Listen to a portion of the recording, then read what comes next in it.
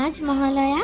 মহালয়া মানেই ভোরবেলা ওঠা, অন্ধকার থেকে আলো ফুটতে দেখা, চণ্ডী পাঠ শোনা, ঠাকুর পুজো দিয়ে দিন শুরু করা এবং বাইরে বের হয়ে এই পুজোর বাতাসটা গায়ে লাগানো মানেই মহালয়া।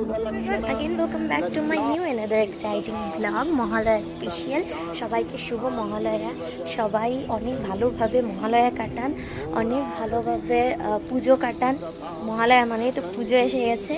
আর এই যে বাতাসটা না, সত্যি পুজো পুজো গন্ধ। এই যে আকাশ এত সুন্দর, এই যে আকাশটা এত সুন্দর হয়ে রয়েছে।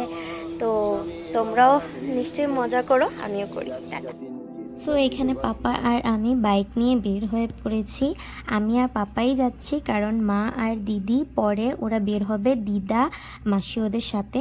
তো আমি একটু ভিডিও ক্লিপের জন্যও যাচ্ছি আর এমনিতে দেখার জন্য যাচ্ছি, আমি কালকে বলেছিলাম। দেন এখানে প্যান্ডেলটা দেখো এত সুন্দর সাজিয়েছে, আর এখানে লাইটিং, এখানে অলওয়েজ সুন্দর লাইটিং করে।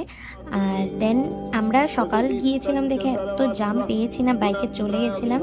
দেন এখানে সদরঘাটে আসার পরে দেখলাম যে অনেক মানুষ তর্পণ করছিল, আর এখানে সূর্যদেবকেও আমি প্রণাম করে নিয়েছি। তারপরে এইখানে কিছু সময় দাঁড়িয়ে দেন আমরা সদরঘাট ব্রিজে উঠে গেছি। এখানে উঠে জাস্ট মানুষের ভিড় দেখা যাচ্ছে, আর কিছু না। দেন আমরা এখানে একটু ফটো উঠে তারপরে একটু দাঁড়িয়ে দেখে তারপরে আমরা ইউটার্ন মেরে দিয়েছি। তারপরে আমরা বাইক আলাদা রেখেছি, তো বাইকের সামনে এসে আমরা বাইক দিয়ে ঘরে চলে যাচ্ছিলাম। বাট পাপা বললো চল আমরা অন্নপূর্ণা ঘাটে গিয়ে আসি। সো আমরা ইউটার্ন মেরে অন্নপূর্ণা ঘাট তো চলে গেলাম। বাট ঘাট যাওয়ার পরে দেখো কি অবস্থা। ঘাট মানে অন্নপূর্ণা ঘাটে যাওয়ার সময় প্রচণ্ড ভিড় ছিল, প্রচণ্ড জাম ছিল।